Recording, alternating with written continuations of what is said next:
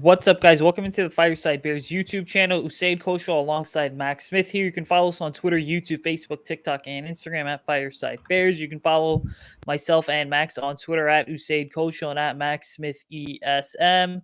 Max, the Bears introduced Pace Ryan Poles as well as Matt Eberflus on Monday. We're going to keep pace in there because things are moving at a pretty good pace.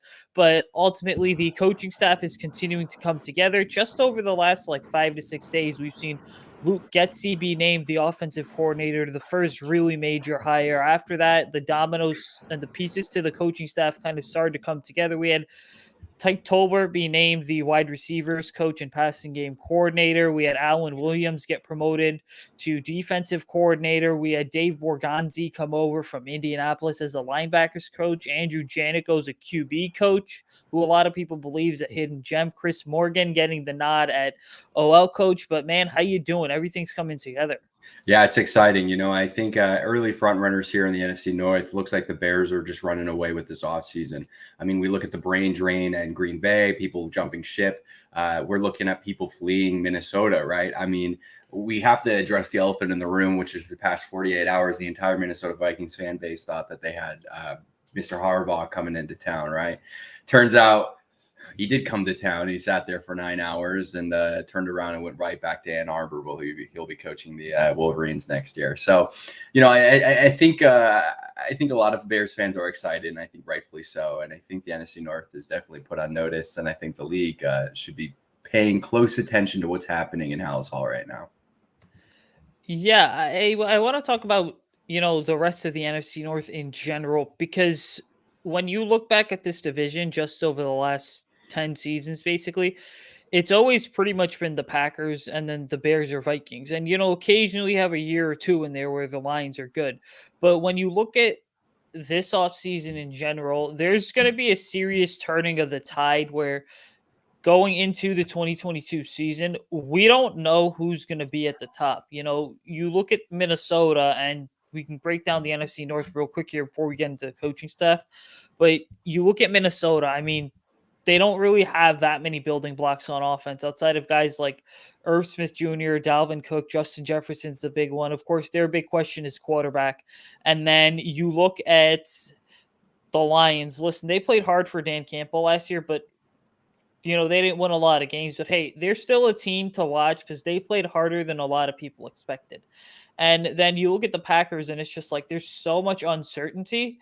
I don't think there's a team around the league that has a more pivotal offseason coming up than the Green Bay Packers, especially because the talent that could be leaving Green Bay this offseason, combine that with the salary cap issues, only a limited number of draft selections to replace those high picks. You combine the fact that Nathaniel Hackett, Luke Getsy have left Matt LaFleur pretty much out of desperation, went ahead and promoted Adam Stenavich, the offensive line coach, to offensive coordinator to not lose a third member of the Packers brain trust. So ultimately, there's a lot that's going on. And then you look at the Bears, and I think that anytime a new regime takes over in Chicago, there's clearly excitement because it's always out with the old, in with the new, right?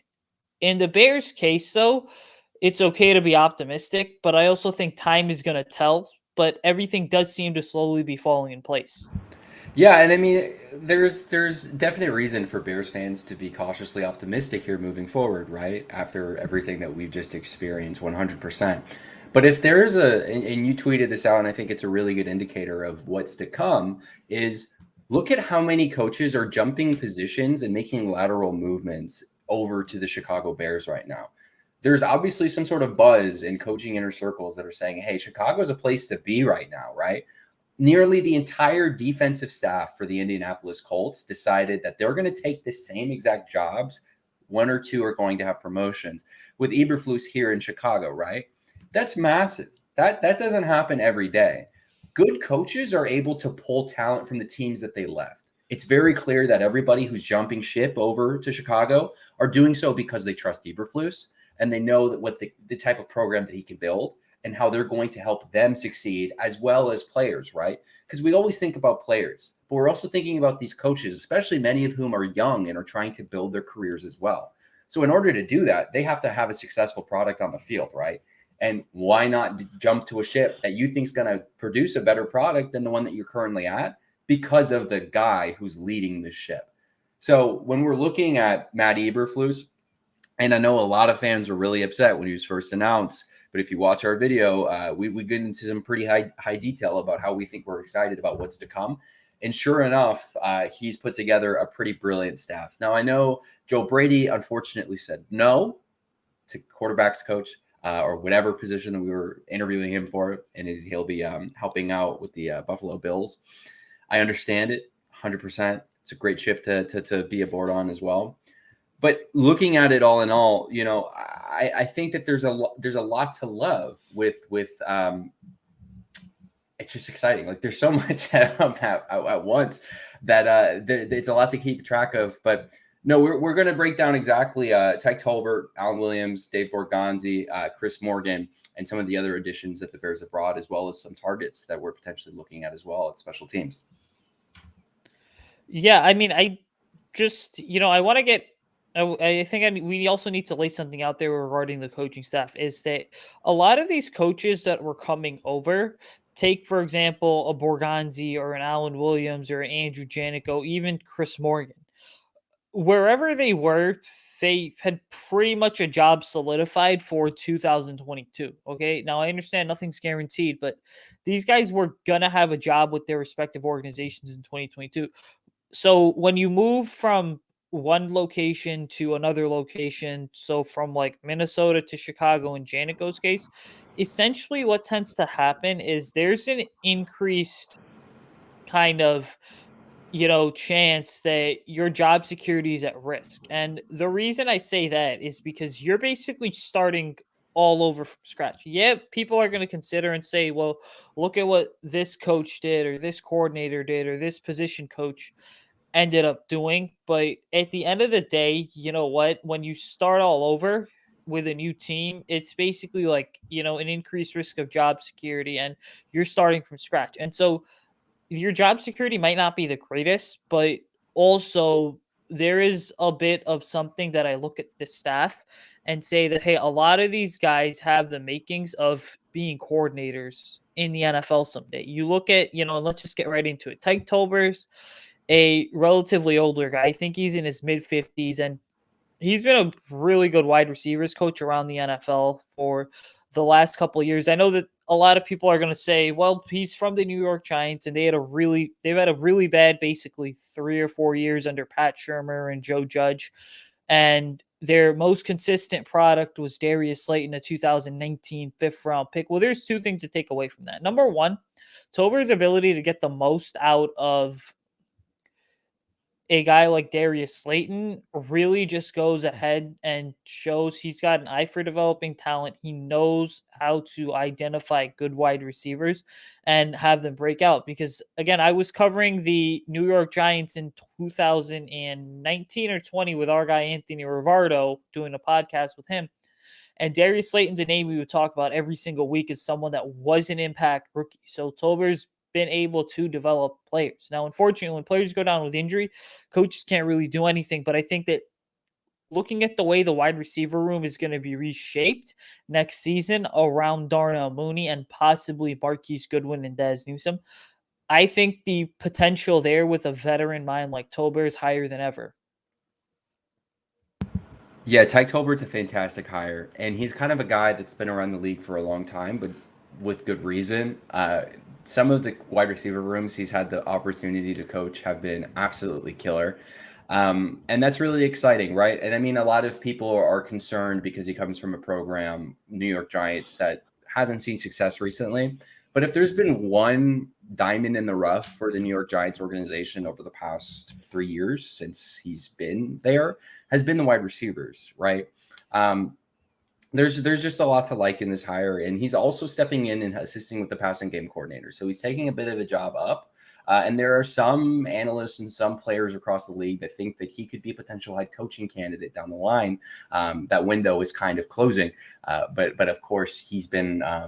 He's touched, he's touched a lot of hands, and he's been around the league for a long time, and there's a lot of people pulling for him. So I think having what we're seeing here across the board, real quick, before we kind of go more into detail, is coaches who players absolutely love, coaches that players will go to bat for, right? Which is the exact opposite of what we just had. And I think that's something that should get people excited. When we look at guys like Chris Morgan, offensive line coach, this one gets me super excited. This guy's an absolute stud at getting the most out of hog mollies, right? He believes in the offensive line philosophy that Ryan Poles brings, which is fast, aggressive, hard. You're not going to be outbeaten or out hustled. You may not be the biggest guy in the field, but guess what? You're going to put the most effort into it. This guy has really brought the most out of every line that he's coached. He had ridiculous success in Atlanta. He coached his offensive line to the Super Bowl. He was PFF's offensive line coach of the year one year by turning around that production, that unit with the Atlanta Falcons. Last year with the Pittsburgh Steelers, he stepped in, became he was the assistant offensive line coach while also being assistant run coordinator. He just did a lot with Matt Canada with that run game, which was historically bad, but not to the fault, I believe, of Chris Morgan. Because once he stepped into that head O-line coach position, you started to see efficiencies. You started to see things start to pick up. And what I think is really interesting about Morgan is he invites the running backs into the alignment meetings, which is something that's not very standard across the league, but it's incredibly smart, right? We look at Andrew Janico, right? Just to make a comparison here. He's coached offensive linemen. He's coached wide receivers. He's coached quarterbacks, right? Now you're bringing in an O-line coach who brings the running backs and tight ends into the lineman meetings. So we're kind of seeing Matt and Ryan 2.0 make collaboration 2.0.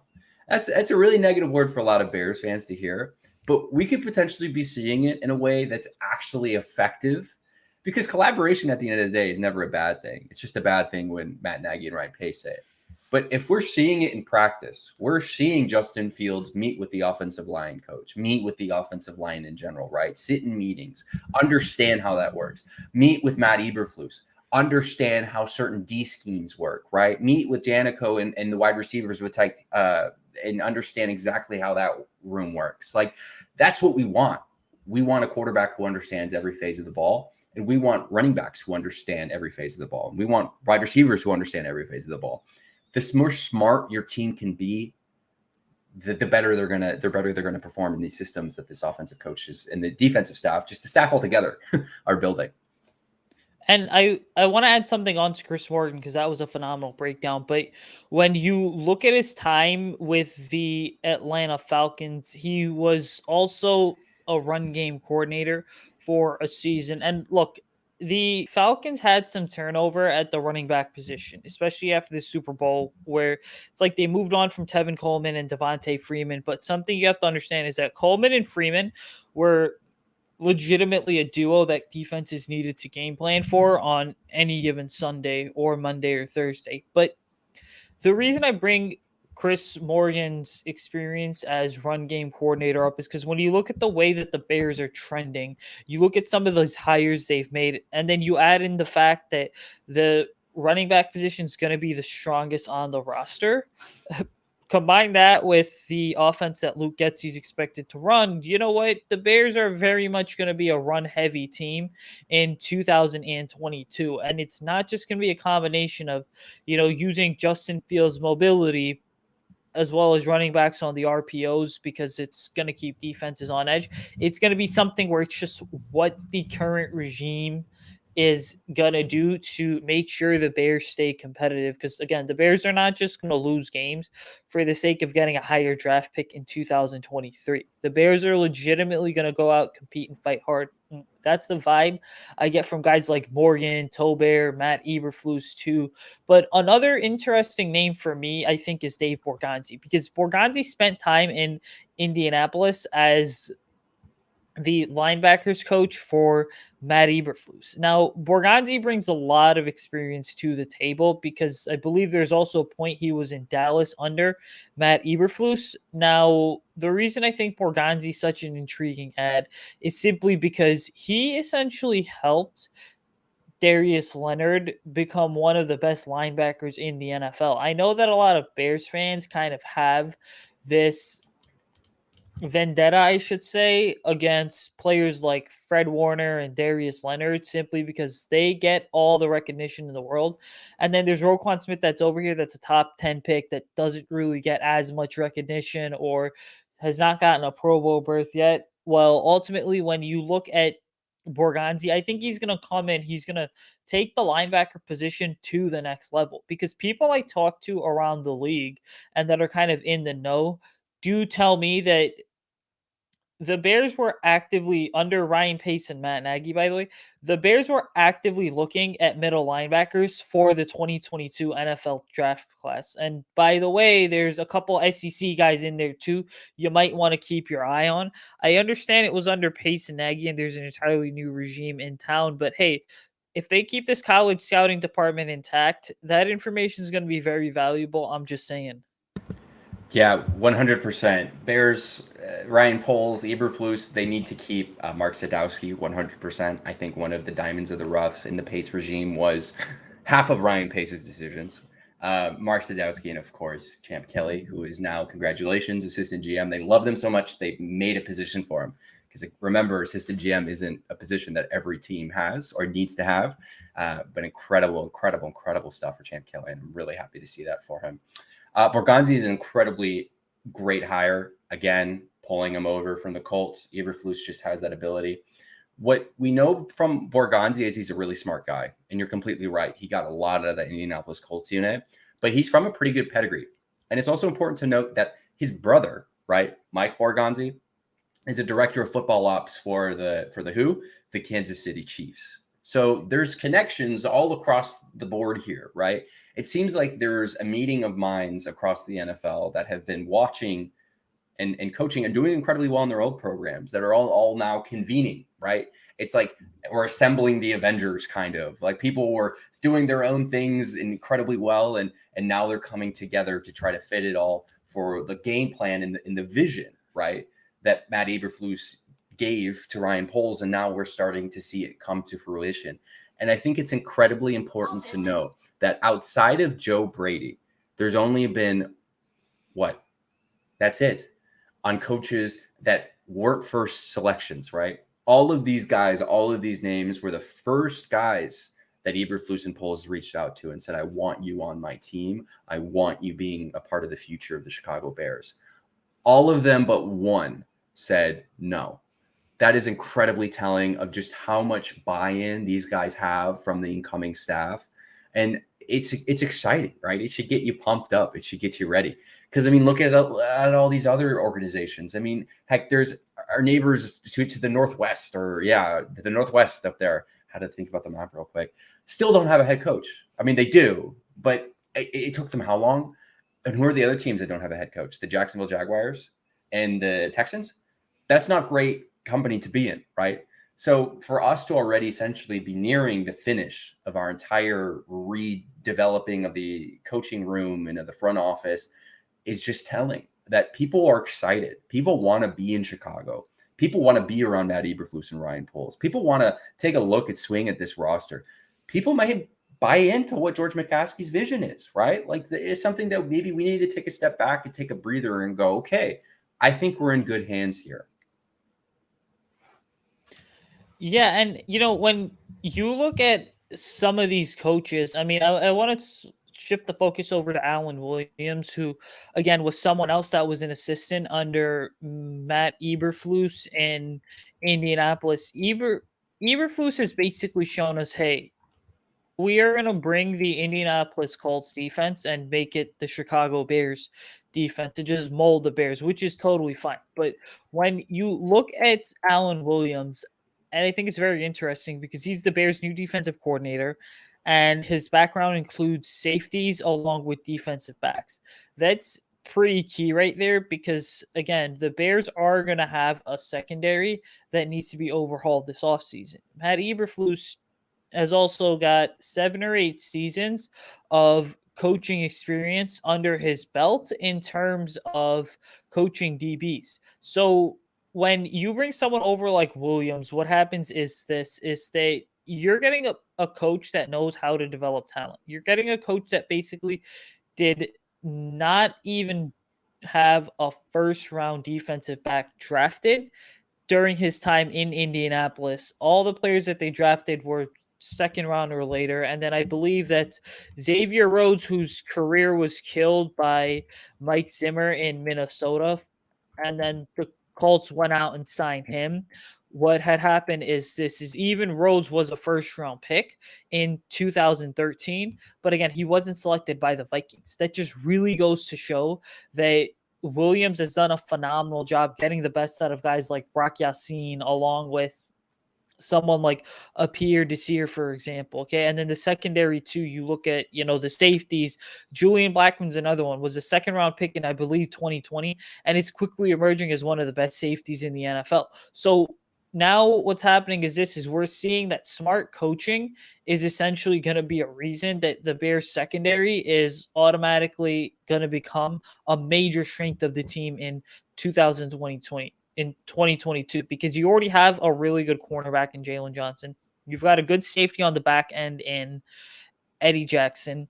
You have a couple really intriguing pieces in Thomas Graham Jr., who, if the season were to start right now, I think Graham Jr. would be the unquestioned starter opposite Jalen Johnson. And then there's a couple other guys like Xavier Crawford, Marquis Christian, probably not going to be back. Duke Shelley, I don't think he's going to be back.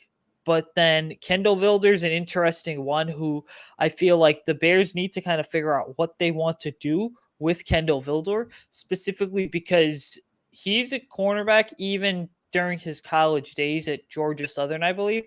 He was so used to playing in the slot. He necessarily was not used to playing on the outside. And the Bears just so happened to have him play on the outside. And Artie Burns is another one, veteran presence that wasn't overly terrible in 2021 in the handful of games he started, but wasn't the greatest either. So there's a lot that's going to go on here. And what Alan Williams does with the secondary is going to be key to watch. Yeah, 100%, right? Immediately comes to mind that if Eddie Jackson doesn't have a successful year this year, he just may not find success in the NFL afterwards. There is the most talent that he will be surrounded by at the coaching level for the rest of his career, bar none. Like, this is it, right? So I think Kendall Vilder is an incredibly interesting position or talent to look at. I say that because in Eberflus's defensive scheme, there's more emphasis on slot corners. There's going to be a heavier emphasis on what Kendall Vilder is used to playing. Putting him in positions to succeed is going to be massive because there's a lot of raw talent there. There really is. If you sit and watch the tape, there's a lot of raw talent. When it comes down to making big mistakes, he makes them. When it comes down to making some big plays, he makes them as well. And I think surrounding him with the type of caliber that Eberflus is bringing in is going to be absolutely crucial because this DB core is primarily young, inexperienced, not all that great, but they're pliable. You can bring in guys to make them good, or you can determine whether or not these guys are worth sticking around. That's also a great thing about good coaches is they're fantastic talent evaluators. It's really good to have them in, go exactly what are your merits? Can you stick it here? Are you really going to be able to help us in this program and this team? If not, we'll find you a different place because we're looking for a certain type of caliber of guys, and unfortunately, you're just not cutting it. That's crucial. Like, that's exactly what we need to come in, or just genuine talent evaluators, guys who make the most out of the players that they have. And bingo, we got it. We've been talking about this for years, and we're finally getting it. And people are still finding reasons to complain. Blows my mind, but you're completely right with the D-back room. It'll get better. Talent-wise, maybe not so much. There's a lot of limited options. You probably won't target a DB in the draft until the later rounds, maybe in the 6th, right? It's tough. Not a huge market on free agency either. Bears don't have a lot of cap to play with anyways. So what we have right now is pretty much what we're going to see next year, bar Marky Christensen, bar I think Artie Burns as well. I'm unfamiliar with his contract. Maybe he has another year left or so, but I'm not sure. I think he was one of those 1-year spurts that Brian Pace signed with the 20 other ones. So yeah, I mean, that's definitely an area to look at because, of course, our linemen are going to have their hands in the dirt now as we transition back to a 4-3, so that shouldn't be an issue at all. We obviously are looking at the middle linebacker position because we have worries that Roquan Smith isn't big enough, isn't able to attack the run enough that a Mike linebacker or middle linebacker can consistently do. He's just a fantastic will, sideline to sideline speed. He's quick. He can cover all that jazz. Fantastic.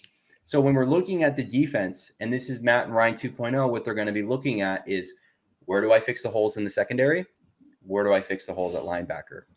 And outside of that, you're pretty good. Like you're pretty good to go with a top 10 caliber defense that Sean Desai had.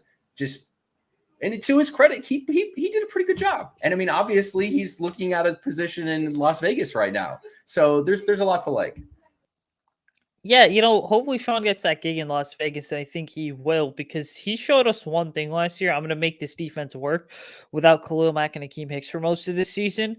But switching over to the offensive side of the ball here, Andrew Janico is an interesting name for me because you touched on him briefly.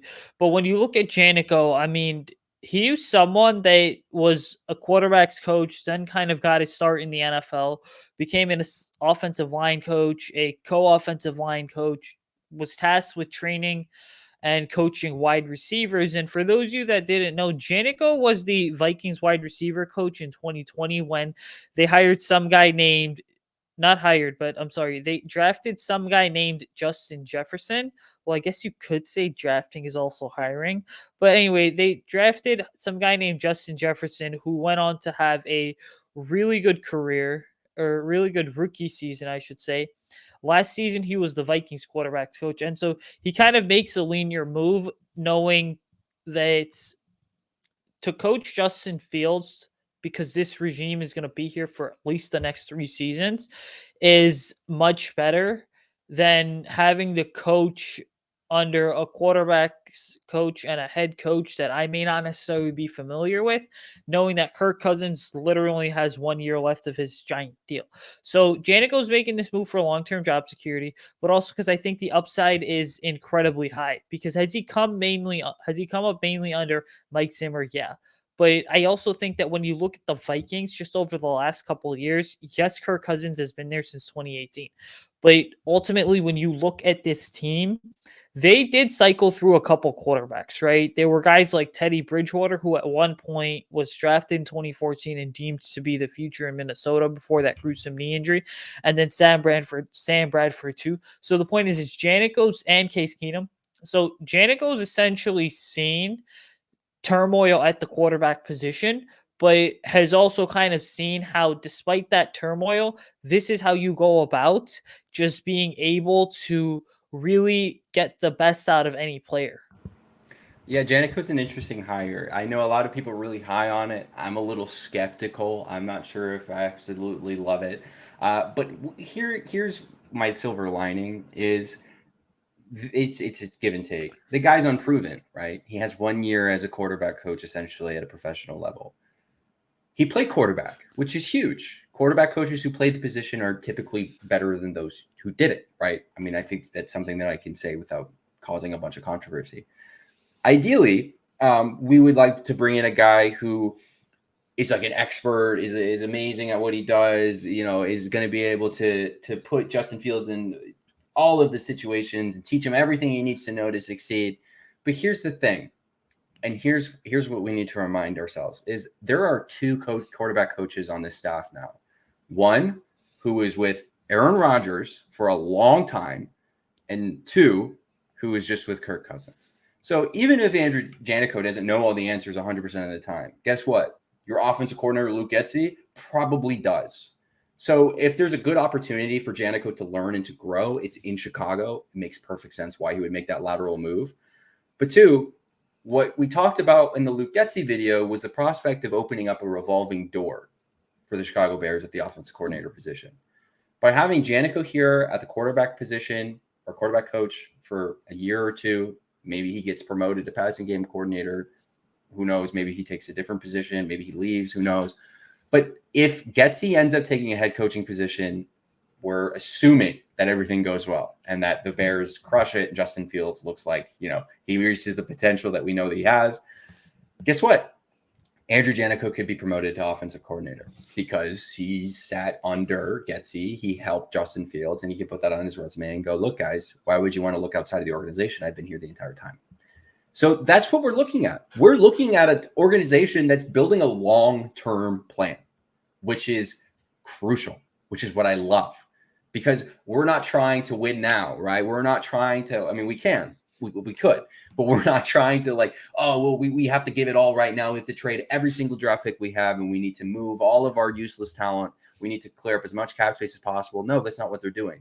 They're saying we're going to do this the right way.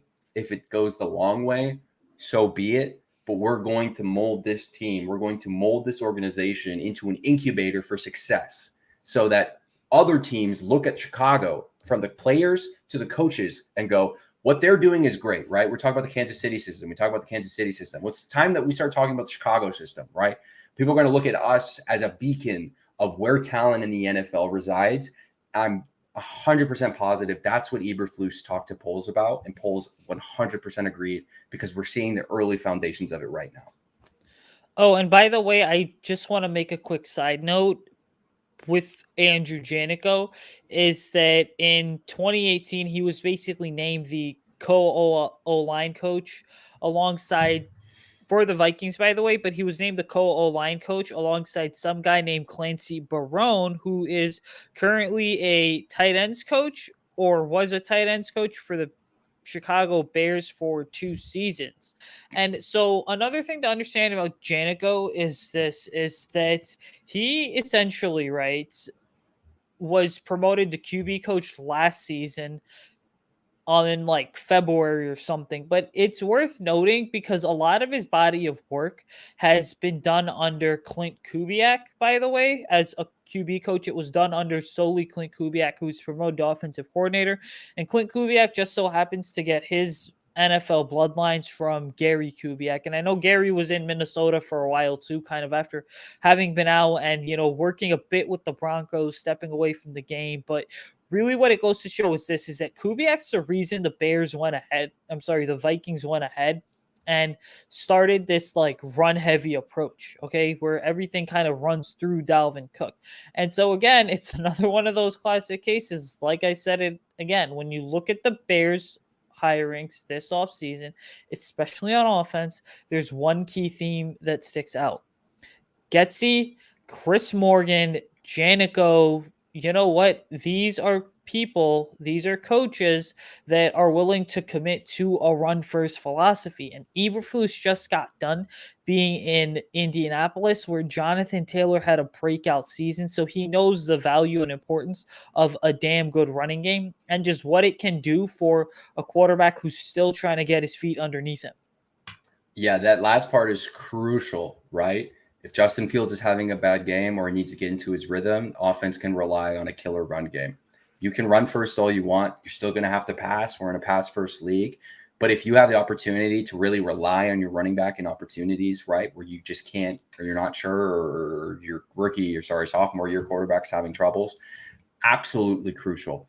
And also, teams who run the ball pretty well also protect the quarterback pretty well. It's just kind of a correlation because your guys are just good at blocking. So that's pretty crucial for Justin Fields as well. And bringing in guys who are able to coach their line to move with the quarterback is going to be key. Now, Chris Morgan's time in the Steelers obviously didn't do that because it's been Ben Roethlisberger. He didn't really do that with Matt Ryan's offensive line as well because he didn't really move around the pocket a lot. But you teach linemen how to move their feet, they're going to be able to move anywhere with their quarterback. And we need guys who are going to block and fight into the whistle. And we need guys who are going to be able to pick up Justin Fields when he gets hit. That's Ryan Poles' philosophy. That's Matt Eberflus's philosophy. That's Chris Morgan's philosophy. I guarantee you that's Luke Getsy's philosophy. Everything's lining up. Stars are aligned. I'm pumped. You should be pumped. I just can't wait to see what we do in free agency and the draft now. Also, special teams coordinator. That hasn't been decided yet. Yeah, by the way, update on the special teams coordinator, guys. We know Chris Tabor did leave for the Carolina Panthers, but Rich Bisaccia and Doug Peterson are one of the finalists for the Jaguars head coaching job. So certainly something to keep an eye on. My guess is that they do lean Doug Peterson solely because of the fact that they're going to want an offensive mind working with Trevor Lawrence. But anyways, that's going to do it from us, guys. Make sure to like, comment, subscribe. Follow Fireside Bears on Twitter, YouTube, Facebook, TikTok, and Instagram at Fireside Bears. Follow myself and Maxx on Twitter at Usayd Coach and at Max Smith ESM. We'll be back next week with a Senior Bowl recap as well as another video. I have no idea what we're going to do, but we're going to continue to upload and record twice a week, guys. Check out the weekly podcast, which is recorded on Tuesday nights, drops on Wednesday mornings. We are, chugging along with that too. But good morning, good afternoon, and good night, wherever you may be, ladies and gentlemen. Have a great day and bear down.